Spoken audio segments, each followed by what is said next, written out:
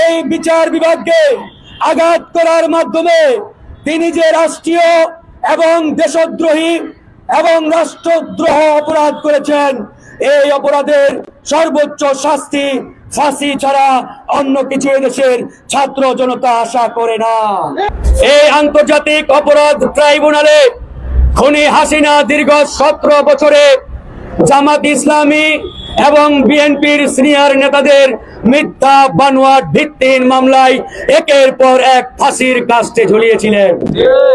যখন বাংলাদেশ জামাত ইসলামী এবং বিএনপির সিনিয়র নেতাদের এই আন্তর্জাতিক অপরাধ ট্রাইব্যুনালে মিথ্যা মামলায় ফাঁসির কাস্টে তাদেরকে ঝুলানো হচ্ছিল, ঠিক তখনই এই আন্তর্জাতিক অপরাধ ট্রাইব্যুনালে সাহসের সাথে আইনি লড়াই চালিয়ে গিয়েছিলেন অ্যাডভোকেট তাজুল ইসলাম। অ্যাডভোকেট তাজুল ইসলামের আইনি পেশায় প্রায় 30 বছরের অভিজ্ঞতা রয়েছে। এই 30 বছরের যে সুনাম, যে আইনি পেশার অভিজ্ঞতা, এই 30 বছরে আজ পর্যন্ত হাইকোর্ট সুপ্রিম কোর্টে ন্যূনতম কেউ আঙ্গুল তুলে একটি অভিযোগ এই তাজুল ইসলামের দিকে করতে পারে নাই। কিন্তু গতকাল আমরা দেখেছি এখানে ভারতীয় রয়ের পরিকল্পনায়, ভারতীয় এজেন্ডায় হাসিনা রুহানি সন্তান ডাকসুর সাবেক ভিপি নুরুল হক নূর এই তাজুল ইসলামের বিরুদ্ধে হাইকোর্ট প্রাঙ্গণে বিক্ষোভ করেছে। শুধু সেখানেই সীমাবদ্ধ নয়, এই নুরুল হক নূর এটাও বলেছে তাজুল ইসলামের 2 গালে জুতা মারো তালে তালে। তার কত বড় স্পর্ধা, কত বড় দুঃসাহস, একটা বার চিন্তা করে দেখেন। এই হাইকোর্ট প্রাঙ্গণে আজ পর্যন্ত আইনজীবী ছাড়া কোন রাজনৈতিক দলের নেতা কর্মীদের বিক্ষোভ কিংবা মিছিল করার কোন নজির আমরা পাই নাই। এই হাইকোর্টে একমাত্র আইনজীবীরা বিক্ষোভ করতে পারে, মিছিল করতে পারে, মিটিং করতে পারে, কিন্তু কোন রাজনীতিবিদ কিংবা কোন রাজনৈতিক দলের টোকাই নেতা কর্মীরা এখানে এসে মিটিং, মিছিল কিংবা বিক্ষোভ করার কোন এখতিয়ার নেই। কিন্তু গতকালকে এই হাসিনার রুহানি সন্তান, যিনি 2019 সালে শেখ হাসিনার মুখে, শেখ হাসিনার প্রতিচ্ছবিতে তার মায়ের প্রতিচ্ছবি দেখেছিলেন, যিনি বলেছিলেন আমার মা মারা গেছে, কিন্তু প্রধানমন্ত্রী শেখ হাসিনার মুখে আমি আমার মায়ের প্রতিচ্ছবি দেখতে পাই।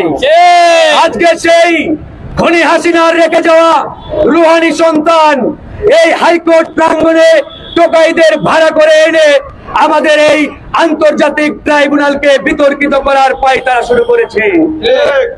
তার উদ্দেশ্য পরিষ্কার, কারণ এই ট্রাইব্যুনালে খুনি হাসিনা এবং তার দোসরদের বিচার শুরু হবে যখন এই ট্রাইব্যুনাল খুনি হাসিনার বিরুদ্ধে ইতিমধ্যে গ্রেফতারি পরোয়ানা জারি করেছে। আর এই খুনি হাসিনার রেখে যাওয়া রুহানি সন্তানরা এটা সহ্য করতে পারছে না, মানতে পারছে না যে তাদের আম্মা জানের বিরুদ্ধে এই ট্রাইব্যুনালে বিচার হবে, এই ট্রাইব্যুনালে তাদের আম্মা জানের সর্বোচ্চ শাস্তি হবে। তাই তারা ভারতীয় প্রেসক্রিপশনে রয়ের এজেন্ডায় এই ট্রাইব্যুনালকে বিতর্কিত করার জন্য এই ট্রাইব্যুনালের সামনে গতকাল বিক্ষোভ করেছে। এবং আমরা যতটুকু জেনেছি এই বিক্ষোভের ভিডিও তারা ইন্ডিয়ান হাই কমিশনে পাঠিয়েছে, ইন্ডিয়ান দাদাদের কাছে পাঠিয়েছে এবং ইন্ডিয়ান দাদাদের বলেছে আমরা অলরেডি শুরু করে দিয়েছি। কারণ এই ট্রাইব্যুনালকে বিতর্কিত করতে পারলেই কেবল হাসিনার বিচারের যে প্রক্রিয়া, এই বিচার প্রক্রিয়া বাধাগ্রস্ত হবে। প্রিয় বন্ধুগণ, আমাদের কথা পরিষ্কার, এই ট্রাইব্যুনালকে নিয়ে তারা যে ষড়যন্ত্র এবং চক্রান্ত শুরু করেছে, এই ষড়যন্ত্র এবং চক্রান্তের বিরুদ্ধে সারা বাংলাদেশের ছাত্র সমাজ, রাজনৈতিক দল এবং আইনজীবী বৃন্দ বিক্ষুব্ধ এবং তারা চরম ক্ষুব্ধ হয়ে তীব্র নিন্দা জানিয়েছে। গতকালকের এই ঘটনা কেউই আমরা মানতে পারি নাই। এই ঘটনা ক্ষমার অযোগ্য। এই ঘটনাকে আমরা এদেশের ছাত্র জনতা কোনোভাবেই ক্ষমা করতে পারি না। ইতিমধ্যে ট্রাইব্যুনাল থেকে একটি প্রেস নোট দেওয়া হয়েছে। সেখানে বলা হয়েছে গতকাল এই ডাকসুর সাবেক ভিপি, বিতর্কিত ভিপি নুরুল হক নূর, যিনি আওয়ামী ছত্রছায়ায় রাজনীতির ময়দানে ইতিমধ্যে দাপিয়ে বেড়াচ্ছেন, এবং এমনকি এরকম অসংখ্য তথ্য আমাদের কাছে আসছে। বসুন্ধরা, বেক্সিমকো, এস আলম সহ আওয়ামী মাফিয়া শিল্প গোষ্ঠীগুলোর কাছ থেকে কারি কারি টাকা নিয়ে এই নুরুল হক নূর আওয়ামী গুন্ডা পান্ডা হাসিনা রুহানি সন্তান ফ্যাসিবাদের দোসরদের বাঁচানোর চেষ্টা অব্যাহত রেখেছে। আপনারা এটাও জেনেছেন কিছুদিন আগে তথ্য উপদেষ্টা মোহাম্মদ নাহিদ ইসলামের কাছে একটি সুপারিশ নিয়ে নুরুল হক নূর গিয়েছিলেন। সেই সুপারিশের ভিত্তিতে মাননীয় তথ্য উপদেষ্টা নাহিদ ইসলাম সেই ব্যক্তিটিকে রাষ্ট্রীয় একটি গুরুত্বপূর্ণ পদে নিয়োগ দেয়। পরবর্তীতে অভিযোগ আসার ফলে সেই পোস্টের একটি তদন্ত হয় মন্ত্রণালয়ে। সেই তদন্তে দেখা যায় যাকে নুরুল হক নূর সুপারিশ করেছিলেন সেই ব্যক্তিটি খাস আওয়ামী লীগের দোসর, আওয়ামী দালাল। এরপরে মন্ত্রণালয় থেকে সেই ব্যক্তিটিকে চাকরি থেকে অব্যাহতি দেওয়া হয়। এই ঘটনা জনাব নাহিদ ইসলাম তার ফেসবুকেও লিখেছেন, পোস্ট করেছেন। এরকম বিতর্কিত নানান কর্মকাণ্ডে নুরুল হক নূর নিয়োজিত রয়েছেন, তিনি কর্মকাণ্ড চালিয়ে যাচ্ছেন। কিন্তু আমাদের কথা পরিষ্কার, গতকালকে এই সুপ্রিম কোর্ট প্রাঙ্গণে যেটি হয়েছে এটি স্রেফ সন্ত্রাসী কর্মকাণ্ড ছাড়া অন্য কিছু নয়। এই সন্ত্রাসী কর্মকাণ্ডের বিরুদ্ধে আমরা আজকে সুপ্রিম কোর্টের মেইন গেটে দাঁড়িয়েছি। আমাদের এই লড়াই শুধু এখানেই সীমাবদ্ধ থাকবে না, এই লড়াই আমরা বাংলাদেশের প্রত্যেকটি জায়গায় ছড়িয়ে দেব ইনশাআল্লাহ। আমরা বলতে চাই, কোন ষড়যন্ত্রকারী, কোন সন্ত্রাসীদের রক্তচক্ষুকে আমরা আর বরদাস্ত করব না। আমাদের এই ট্রাইব্যুনাল ছাত্র জনতার রক্তের উপরে দাঁড়িয়ে এই ট্রাইব্যুনাল পুনর্গঠন করা হয়েছে। এই ট্রাইব্যুনালে সর্বপ্রথম খুনি হাসিনার বিচার হবে। এই খুনি হাসিনার বিচারকে বাধাগ্রস্ত করার জন্য ডাকসুর সাবেক বিতর্কিত ভিপি নুরুল হক নূর যে সন্ত্রাসী কর্মকাণ্ড গতকালকে এই হাইকোর্ট প্রাঙ্গণে করেছেন, এই সন্ত্রাসী কর্মকাণ্ডের প্রকাশ্যে ক্ষমা না চাওয়া পর্যন্ত এর বিচার কোনোভাবেই আমরা থামাবো না কিংবা বন্ধ রাখবো না। আমরা ইতিমধ্যে আলোচনা শুরু করেছি। আগামীকালকে প্রধান বিচারপতির কাছে গতকালকের এই সন্ত্রাসী কর্মকাণ্ড এবং টোকাই ভাড়া করে এনে এখানে যে একটি মিছিল দেওয়া হয়েছে, এই মিছিলের ডকুমেন্ট সহ আমরা প্রধান বিচারপতির কাছে আবেদন করব। আর একটা কথা ইতিমধ্যেই মিডিয়াতে এসেছে, গতকালকে ডাকসুর ভিপি নুরুল হক নূর অ্যাডভোকেট তাজুল ইসলামকে ফোন করেছিলেন।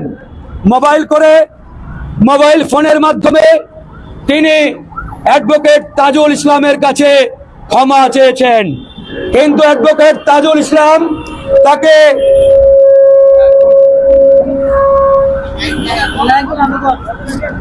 ক্ষমা করেন নাই।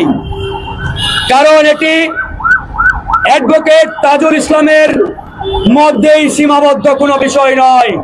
অ্যাডভোকেট তাজুল ইসলাম একাধারে একটি ব্যক্তি, আর একদিক দিয়ে তিনি একটি প্রতিষ্ঠান।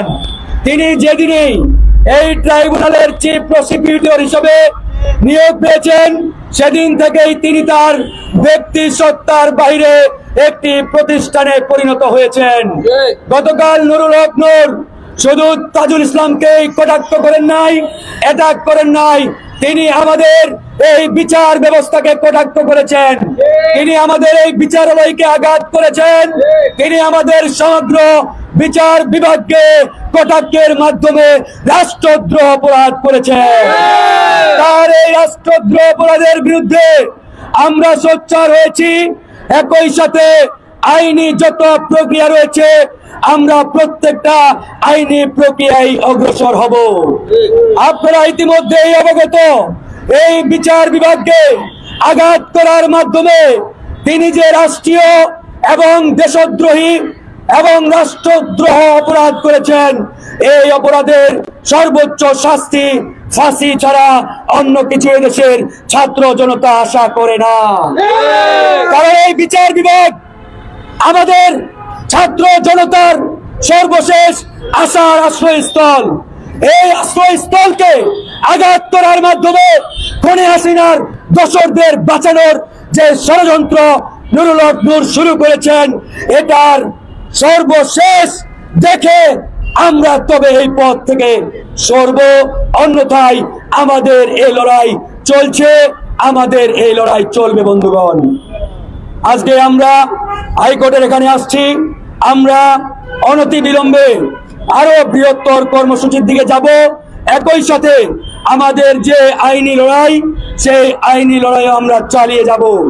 শুধু সেখানেই নয়, এই আন্তর্জাতিক অপরাধ ট্রাইব্যুনাল এবং আমাদের এই বিচার ব্যবস্থার প্রতি এখন যদি কেউ কোন ধরনের আঙ্গুল তোলার চেষ্টা করে, সেই ভারতীয় চোর রয়ের দালালদের বীজ দাঁত ভেঙে দিতে আমরা ছাত্র জনতা প্রস্তুত রয়েছে ইনশাআল্লাহ। আমরা পরিশেষে অ্যাডভোকেট তাজুল ইসলামের পাশে আছি, সাথে আছি, এবং পরবর্তী কর্মসূচি আমরা আপনাদেরকে প্রেস রিলিজের মাধ্যমে জানিয়ে দেব। আজকের এই অনুষ্ঠানে যারা বক্তব্য রেখেছেন সকলকে ধন্যবাদ জানাচ্ছি।